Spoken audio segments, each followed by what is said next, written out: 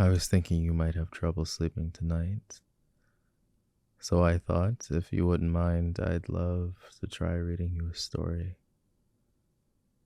Yeah, like a bedtime story. I think it would help. Perfect. Well, before I came in here, I was just looking for the best of the best. I think I found a story that you might quite like. Yes, certainly. I think you would love it. Of course, there's no better time to start than now. Here, you lay down, try to rest, and I'll dive straight into the story for you.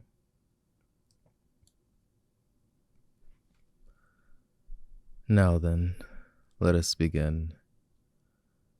When we are at the end of the story, we shall know more than we know now. But to begin, once upon a time, there was a wicked spirit.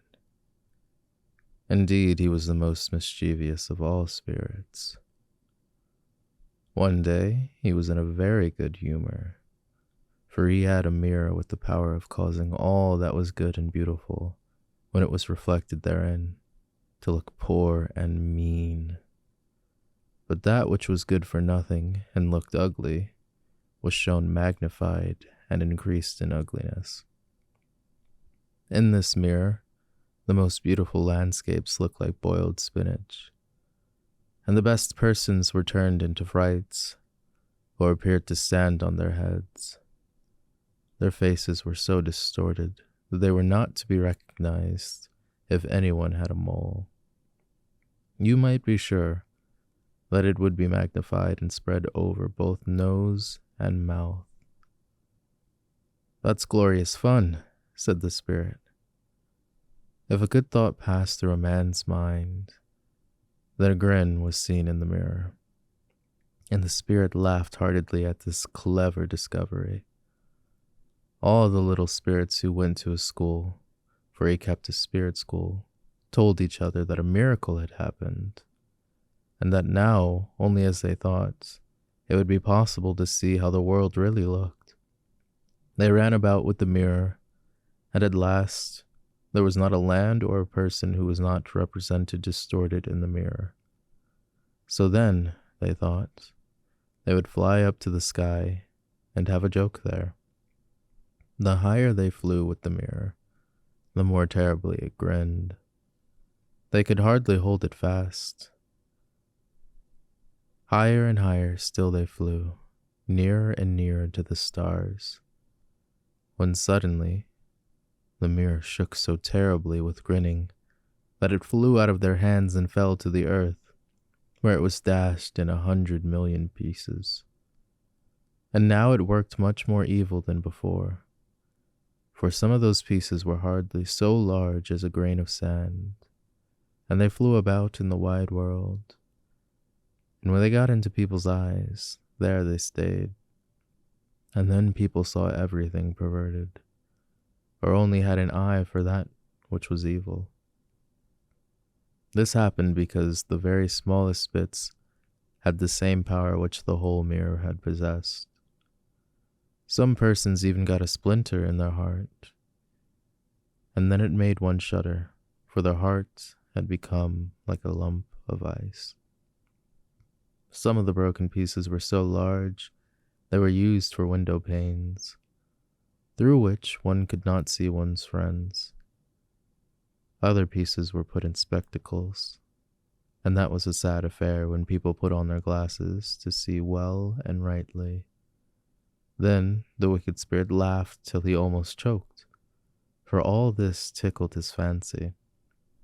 The fine splinters still flew about in the air, and now we shall hear about what happened next. In a large town, where there are so many houses and so many people that there is no roof left for everybody to have a little garden, and where on this account most persons are obliged to content themselves with flowers in pots, there lived 2 little children who had a garden somewhat larger than a flower pot. They were not brother and sister, but they cared for each other as much as if they were. Their parents lived exactly opposite. They inhabited 2 garrets, and where the roofs of the one house joined that of the other, and the gutter ran along the extreme end of it. And there was to each house a small window. One needed only to step over the gutter to get from one window to the other. The children's parents had large wooden boxes there, in which vegetables for the kitchen were planted, and little rose trees besides. There was a rose in each box, and they grew splendidly. They now thought of placing the boxes across the gutter, so that they nearly reached from one window to the other, and looked just like 2 walls of flowers. The tendrils of the peas hung down over the boxes, and the rose trees shot up like branches twined round the windows, and then bent towards each other. It was almost like a triumphant arch of foliage and flowers.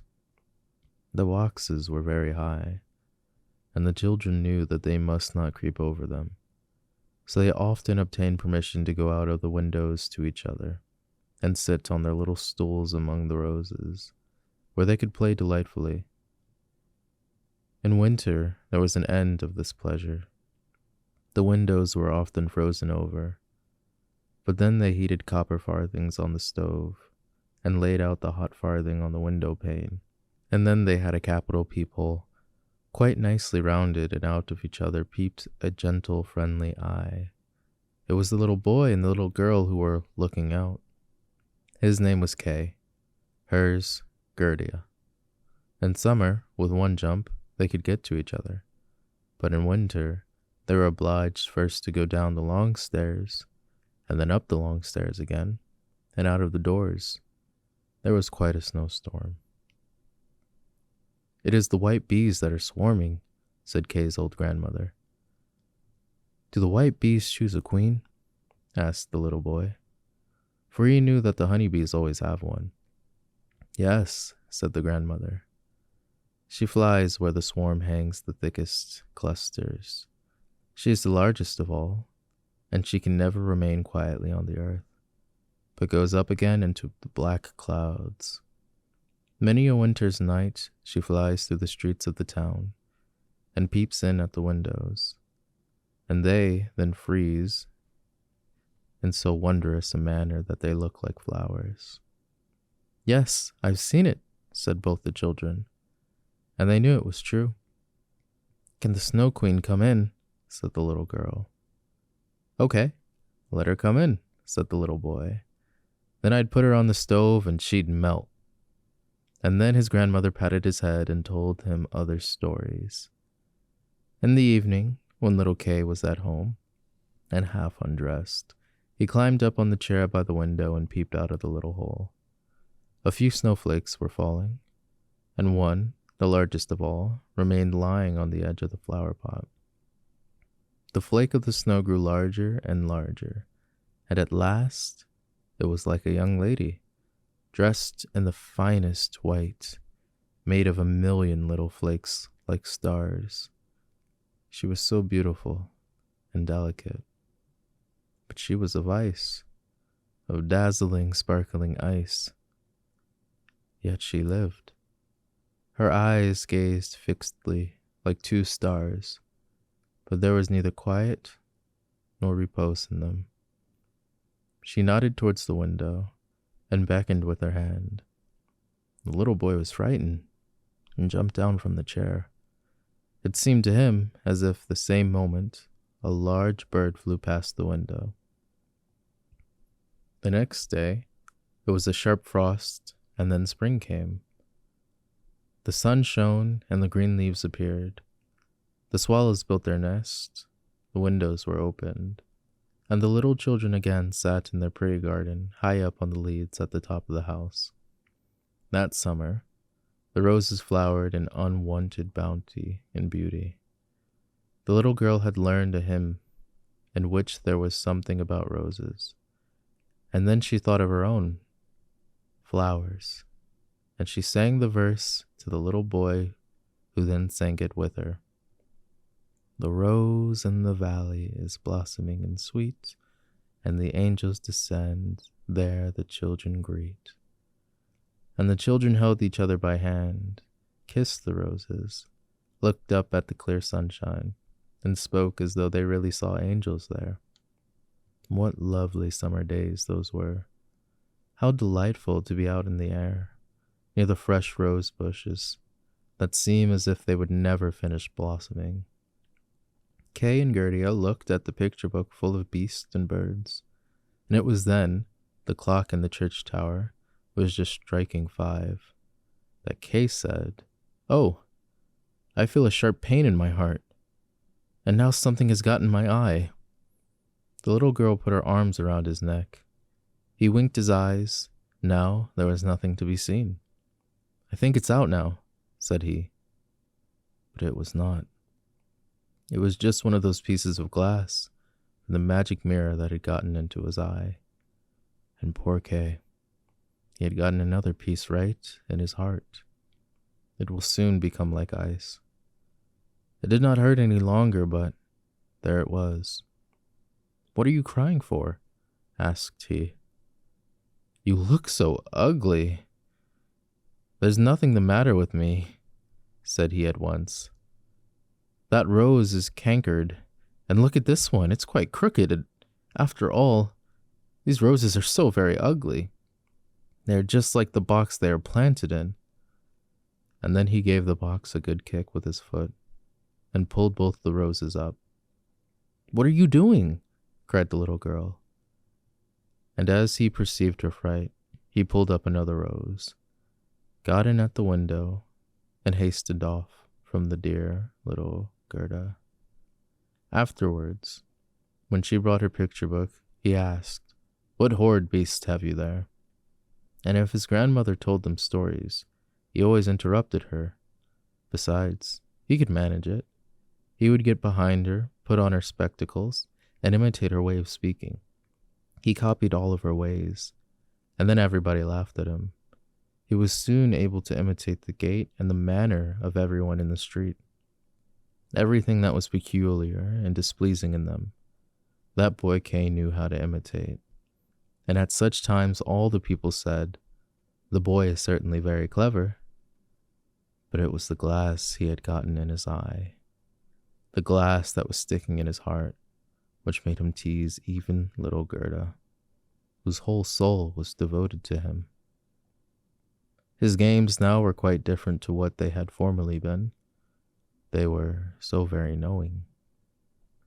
One winter's day, when the flakes of snow were flying about, he spread the skirts of his blue coat and caught the snow as it fell. "Look through the glass, Gerda," said he, and every flake seemed larger and appeared like a magnificent flower or beautiful star. It was splendid to look at. "Look, how clever," said Kay. "That's much more interesting than real flowers. They are as exact as possible. There is no fault in them if they did not melt." It was not long after this that Kay came one day with a large glove and his little sledge at his back, and bawled right into Gerda's ears, "I have permission to go out into the square where the others are playing." And off he was in a moment. There, in the marketplace, some of the boldest of the boys used to tie their sledges to the carts as they passed by, and so they were pulled along and got a good ride. It was so capital. Just as they were in the very height of their amusement, a large sledge passed by. It was painted quite white, and there was someone in it wrapped up in a rough white mantle of fur, with a rough white fur cap on his head. The sledge drove round the square twice, and Kay tied on his sledge as quickly as he could, and off he drove with it. On they went quicker and quicker into the next street, and the person who drove turned round to Kay and nodded to him in a friendly manner, just as if they knew each other.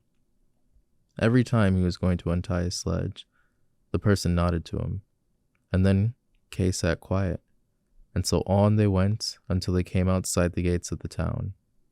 Then the snow began to fall so thickly that the little boy could not see an arm's length before him, but still on he went, when suddenly He let go of the string he held his hand on in order to get loose from the sledge, but it was of no use.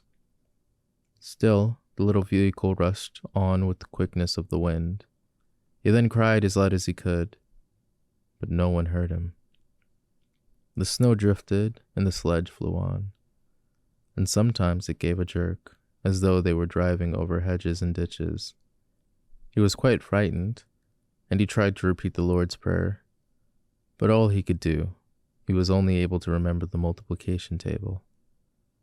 Snowflakes grew larger and larger, till at last they looked just like great white fowls.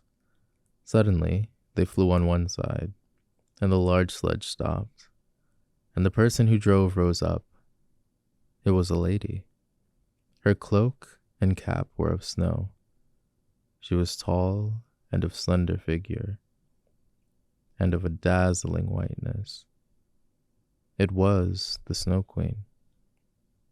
"We have traveled fast," said she, "but it is freezingly cold. Come under my bearskin." And she put him in the sledge beside her, wrapped the fur around him, and he felt as though he were sinking in a snow wreath. "Are you still cold?" asked she. And then she kissed his forehead. Ah, it was colder than ice. It penetrated to his heart, which was already almost a frozen lump. It seemed to him as if he were about to die. But a moment more, it was quite congenial to him, and he did not remark that the cold that was around him. "My sledge! Don't forget my sledge!" It was the first thing he thought of. It was there tied to one of the white chickens who flew along with it on his back behind the large sledge. The Snow Queen kisses Kay once more, and then he forgets little Greta, grandmother, and all whom he had left at his house. "Now, you will have no more kisses," she said, "or else I should kiss you to death." Kay looked at her. She was very beautiful. A more clever or a more lovely countenance he should not fancy to himself. And she no longer appeared of ice, as before when she sat outside the window and beckoned to him. In his eyes, she was perfect. He did not fear her at all, and told her that he could calculate in his head with fractions, even that he knew the numbers of square miles, especially the ones that were in different countries, and how many inhabitants they contained, and she smiled while he spoke. It then seemed to him as if what he knew was not enough, and he looked upward in the large, huge empty space above him. And on she flew with him, flew high over the black clouds, while the storm moaned and whistled as though it were singing some old tune. On they flew over the woods and the lakes, over seas and many lands, and beneath them the chilling storm rushed fast. The wolves howled, the snow crackled, and above them flew large screaming crows. But higher up appeared the moon, quite large and bright, and it was on it that Kay gazed during the long winter nights, while by day he slept at the feet of the Snow Queen. But what became of little Gerda when Kay did not return? Where could he be? Nobody knew. Nobody could give any intelligence. All the boys knew was that they had seen him tie his sledge to another large and splendid one, which drove down the street and out of the town. Nobody knew where he was. Many sad tears were shed, and little Gerda wept long and bitterly. At last, she said, he must be dead, that he had been drowned in the river which flowed close to town. Oh, those were very long and dismal winter evenings. At last, spring came, with its warm sunshine. "Kay is dead and gone," said little Gerda. "That I don't believe," said the sunshine. "Kay is dead and gone," said the swallows, said she to the swallows. "That I don't believe," said they. And at last, little Gerda did not think so any longer either. "I'll put on my red shoes," said she. One morning, Kay has never seen them, and then I'll go down to the river and ask there." It was quite early. She kissed her old grandmother, who was still asleep, put on her red shoes, and went on alone to the river. It was quite early. "Is it true that you have taken my little playfellow? I will make you a present of my red shoes if you will give him back to me." And as it seemed to her, the blue waves nodded in a strange manner. And then she took off her shoes, the most precious thing she possessed, and threw them both in the river. But they fell close to the bank, and the little waves bore them immediately to land. It was as if the stream would not take that which was dearest to her, for in reality it had not got little Kay. But Gerda thought that she had not thrown the shoes out far enough, so she clambered into a boat which lay among the rushes, went to the farthest end, and threw out the shoes.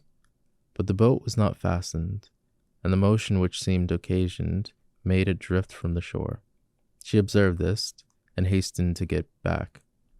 But before she could do so, the boat was more than a yard from land, and was gliding quickly onward.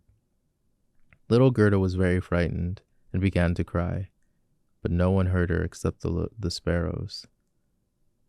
And they could not carry her to land, but they flew along the bank, and sang as if to comfort her. "Here we are, here we are." The boat drifted with the stream. Little Gerda sat quite still, without shoes, for they were swimming behind the boat. But she could not reach them, because the boat went much faster than they did.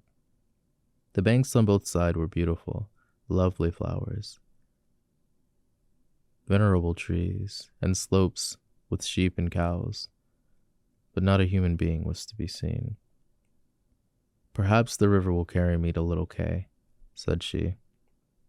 And then she grew less sad. She rose and looked for many hours at the beautiful green banks. Presently she sailed by a large cherry orchard, where was a little cottage with a curious red and blue windows.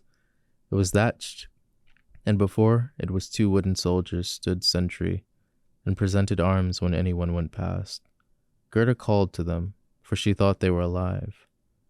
But they, of course, did not answer. She came close to them, for the stream drifted the boat quite near the land. Gerda called still louder, and an old woman then came out of the cottage, leaning upon a crooked stick. She had a large, broad-brimmed hat on, painted with the most splendid flowers. "Poor little child," said the old woman.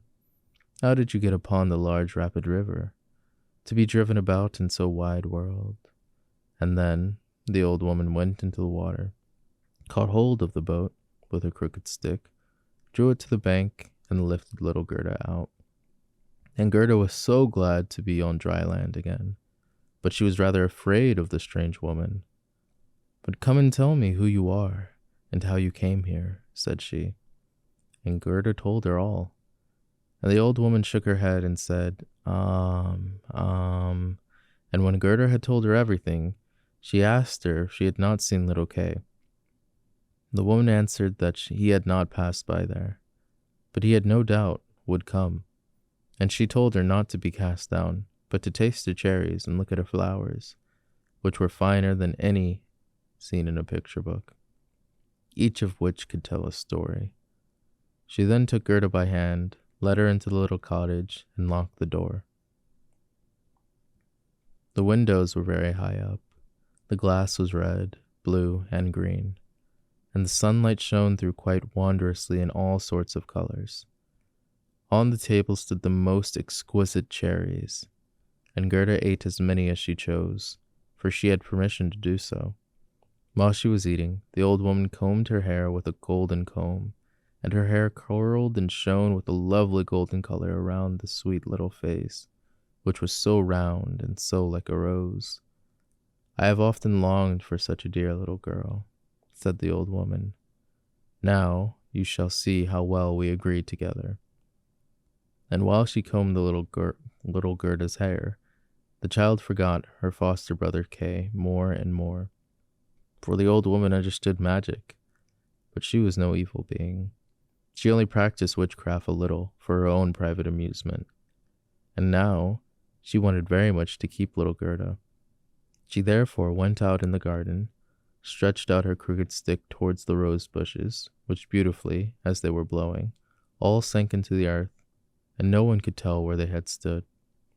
The old woman feared that if Gerda should see the roses, she would then think of her own, would remember little Kay, and run away from her. She now led Gerda into the flower garden. Oh, what odor and what loveliness was there! Every flower that one could think of, and of every season, stood there in the fullest bloom. No picture book could be gayer or more beautiful. Gerda jumped for joy, and played it till the sun set behind the tall cherry tree. She then had a pretty bed, and with a red silken covert filled with blue violets, she fell asleep, and had as pleasant dreams as ever a queen on her wedding day. The next morning she went to play with flowers in the warm sunshine, and thus passed away a day. Gerda knew every flower, and numerous as they were, it still seemed to Gerda that one was wanting, though she did not know which. One day, while she was looking at the hat of the old woman, painted with flowers, the most beautiful of them all seemed to be a rose. The old woman had forgotten to take it from her hat, when she made the others vanish in the earth, but it was as so when one's thoughts are not collected. "What?" said Gerda. "Are there no roses here?"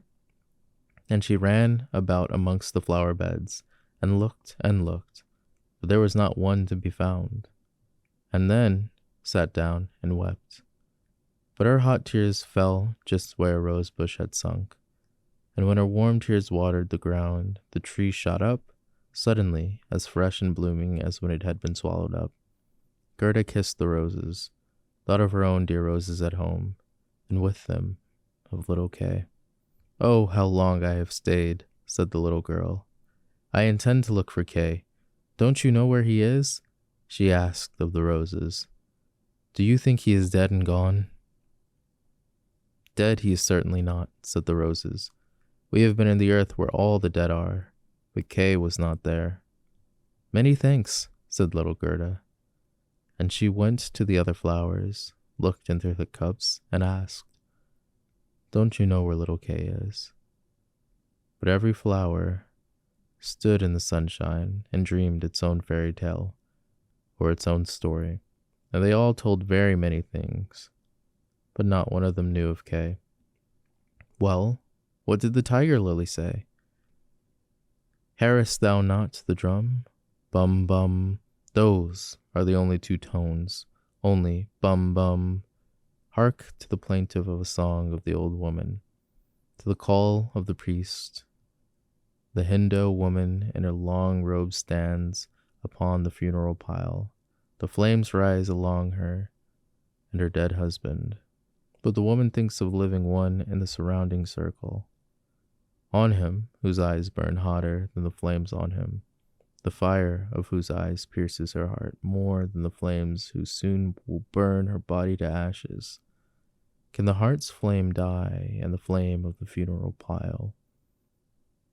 "I don't understand that at all," said little Gerda. "That is my story," said the lily. What did the convolvulus say? "Projecting over a narrow mountain path there hangs an old feudal castle. Thick evergreens grow on the dilapidated walls, and around the altar where a lovely maiden is standing, she bends over the railing and looks out upon the rose. No fresher roses hang on the branches than she. No apple blossom carried away by the wind is more buoyant. How her silken robe is rustling." "Is he not yet come? Is it Kay that you mean?" asked little Gerda. "I am speaking about my story, about my dream," answered the flower. What did the snowdrop say?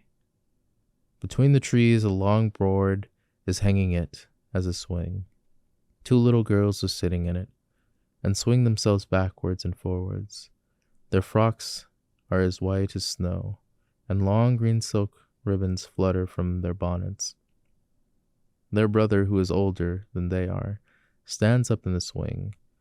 He twins his arms round to the cords and holds himself fast. for in one hand he had a little cup and in the other a clay pipe. He is blowing soap bubbles. The swing moves and the bubbles float in charming changing colors. The last is still hanging out to the end of the pipe, and the rocks in the breeze. The swing moves, the little black dog, as light as a soap bubble, jumps up on his hind legs and tries to get into the swing. It moves, the dog falls down, barks, and is angry. They tease him. The bubbles burst. A swing, a bursting bubble. Such is my song. What you relate may be very pretty, but you tell it in such a melancholy manner. And you don't mention Kay. What do the hyacinths say? They were once upon a time 3 sisters, quite transparent and very beautiful. The robe of one was red, that of which a second blue, and that of the third white. They danced in the hand besides the calm lake in a clear moonshine. They were not elfin maidens, but mortal children. A sweet fragrance was smelt, and the maidens vanished in the wood. The fragrance grew stronger.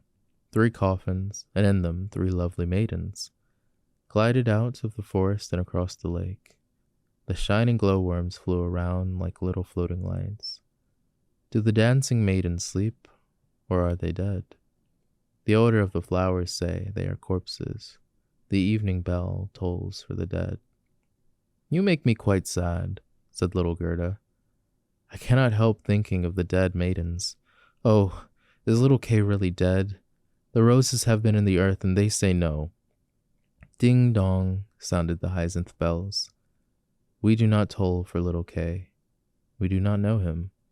That is our way of singing, the only way we have. And Gerda went on to the next flower that looked forth from among the shining grey leaves. You are a little bright sun, said Gerda. Tell me if you know where I can find my playfellow. And the flower shone brightly and looked again at Gerda. What song could I sing? It was one that said nothing about Kay either. In a small court, the bright sun was shining in the first days of spring. The beans glided down the white walls of a neighbor's house, and close by the fresh yellow flowers were growing, shining like gold in a warm sun rays. An old grandmother was sitting in the air. Her granddaughter, the poor and lovely servants, just come for a short visit.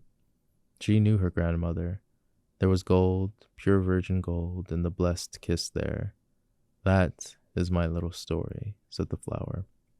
My poor old grandmother, sighed Gerda.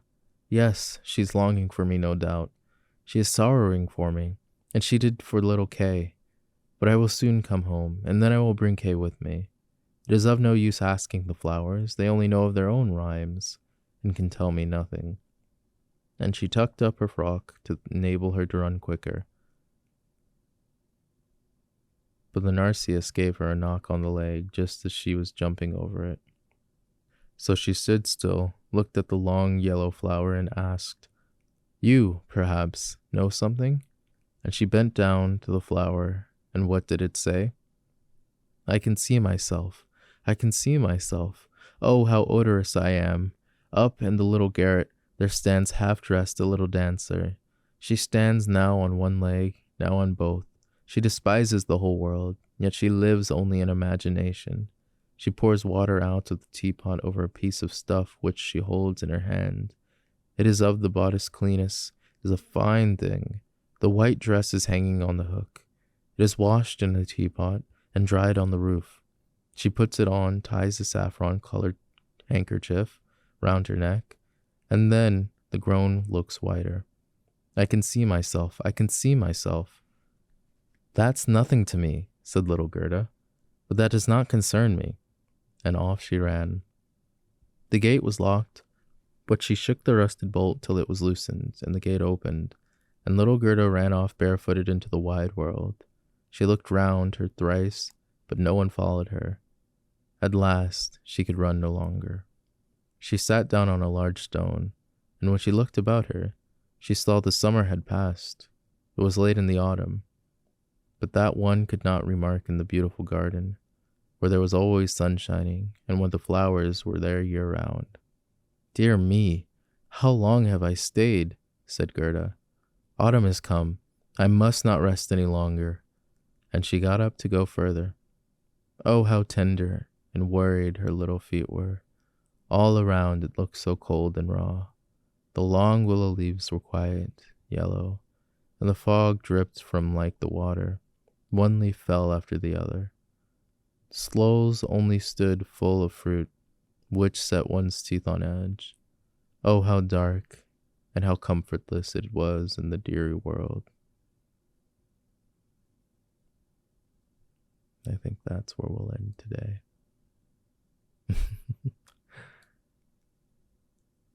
I think that was a pretty good story.